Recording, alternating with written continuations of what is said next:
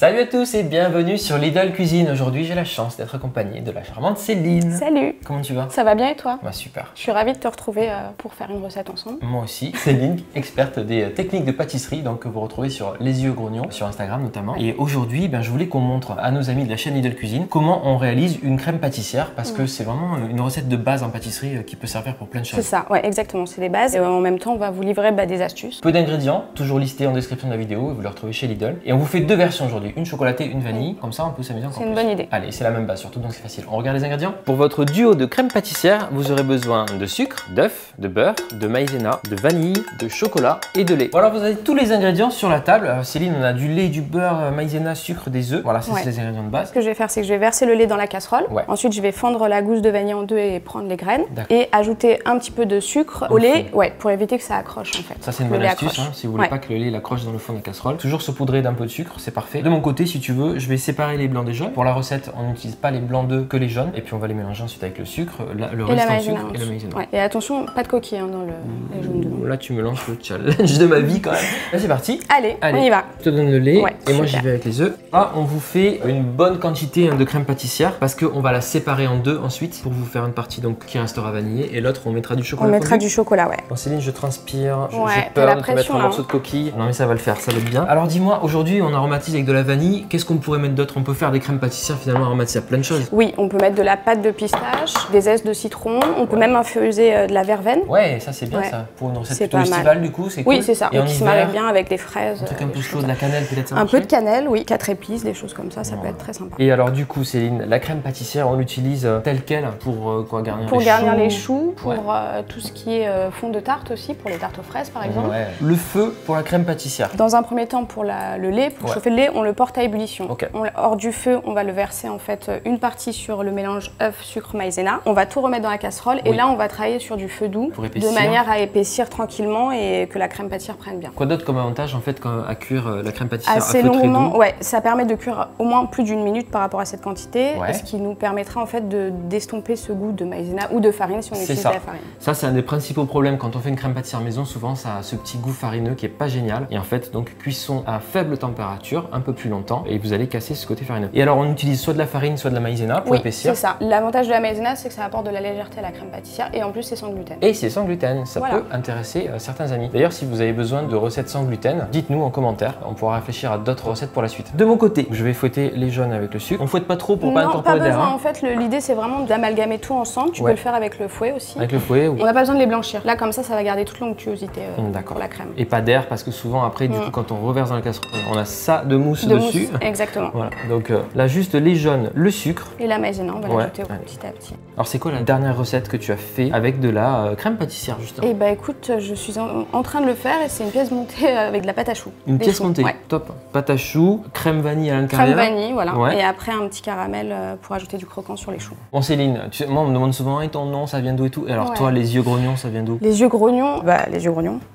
Tout simplement. D'accord. C'est le regard qui te l'a fait remarquer? Mon fils, quand il était petit.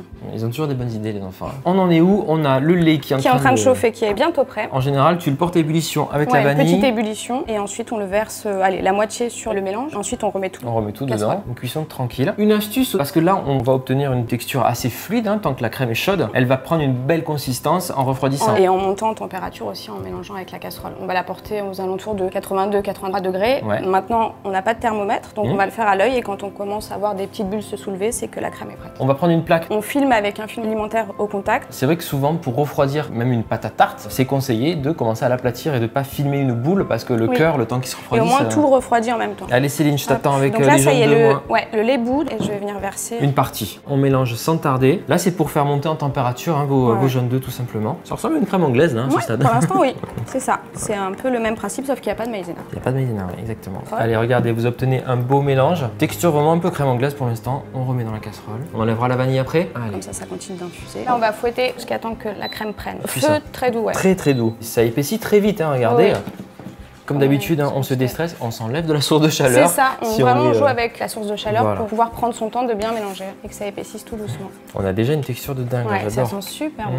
Si on n'a pas de gousse de vanille à la maison, on peut mettre de l'arôme de vanille, de la poudre de vanille, ou sinon la faire nature, tout simplement. Ou sucre vanillé ou nature. Fève tonka, ça peut être bien aussi. Ça marche très bien, Là, on a une belle crème, donc on va attendre un tout petit peu qu'il y ait une petite bulle qui se forme. On a les petits grains de vanille, ça c'est toujours sympa, j'adore. C'est gourmand. On enlève la gousse de vanille à ce stade qui a tout donné. On peut la laver, la réutiliser, la faire sécher et la mixer pour faire de la poudre de vanille. Quand tu dis la laver en machine? La rincer. Ça peut être un bon assouplissant. En tout cas, ça sentira bon. Donc là, on a la crème pâtissière qui est nickel. Regardez au niveau de la texture. On va lui ajouter le beurre. Et c'est parti. Et après, on vous fera la version chocolatée qui est toute simple. On va simplement séparer la crème en deux. Ouais, la base reste la même. On émulsionne un peu là, c'est ça? Ça fond vite là, super. Ça change encore la texture de la crème pâtissière qui est vraiment la brillante. C'est super beau. Ça va apporter un peu de gourmandise à la crème pâtissière. Il n'y a pas de problème, j'adore ça. Là, on a la belle texture, c'est brillant, c'est beau. Et ça sent très très bon. Alors, Céline, on se réserve la moitié de la crème? Ouais. Allez, c'est parti. Pour la version gourmande. Donc là, tu peux verser la moitié. Parfait. C'est bon là? Ouais, c'est nickel. Avec le film, en fait, on va venir recouvrir la crème vraiment en contact pour éviter qu'elle ne croûte. Voilà, tout simplement. Et en plus, ça vous évite de salir un plat. Petit test qualité, on est pas mal du tout là. On est pas mal? Moi aussi, je vais goûter. Ah pardon, on tourne. Alors, c'est parti, la crème pâtissière, on va la laisser un petit peu tempérer à l'extérieur et puis la mettre au frais. Directement au frigo. Direct? Ouais, direct au frigo. Allez, direct. Tu auras remarqué qu'il y a un peu de quantité qui a disparu. Ouais, je me demande pourquoi. C'est fou.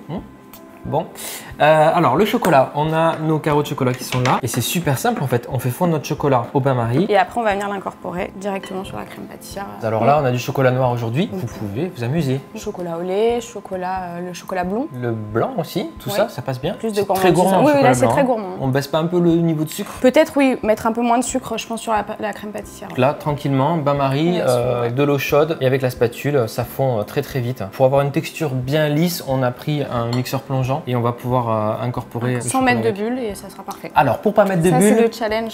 Quand on utilise des mixeurs plongeants, on va bien au fond de la casserole. Si vous remontez en surface comme ça, vous allez incorporer de l'air. Donc ça, si vous voulez avoir une texture un peu aérée pour une soupe ou quoi, c'est top. Oui, mais là on ne voudrait pas d'air.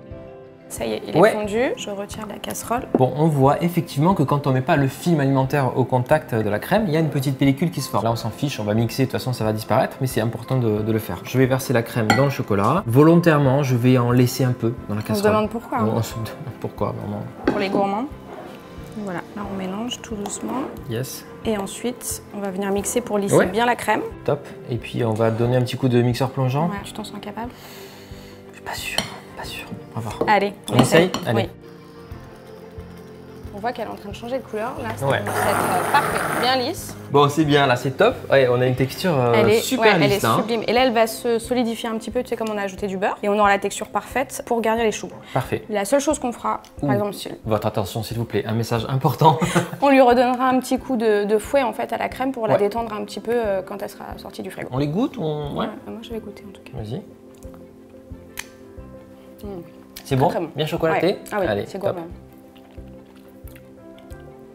Je confirme. Céline, cette crème là, je la verrais bien dans des petits choux là. Ou un petit biscuit roulé, ce serait pas mal. Pourquoi pas, C'est comme une bûche de Noël. On se retrouvera pas pour faire ça? Eh ben, on se donne rendez-vous alors, Le rendez-vous est pris. On vous proposera une recette de biscuits roulés inratable. Ouais. J'aime bien ce mot, inratable. N'hésitez pas, en tout cas, à nous dire en commentaire si ce petit format d'astuces, que ce soit de la cuisine ou de la pâtisserie, vous intéresse et vous plaît. On pourra en faire d'autres pour partager donc toutes ces astuces et cette connaissance. Je te remercie d'avoir été là. Merci à toi. Et merci d'avoir suivi la recette. On compte sur vous pour commenter, liker, partager. Allez faire un tour sur Les Yeux Grognons, sur Instagram notamment. Abonnez-vous à Lidl Cuisine, c'est important. Et on se retrouve très vite pour de nouvelles recettes. À bientôt. À bientôt.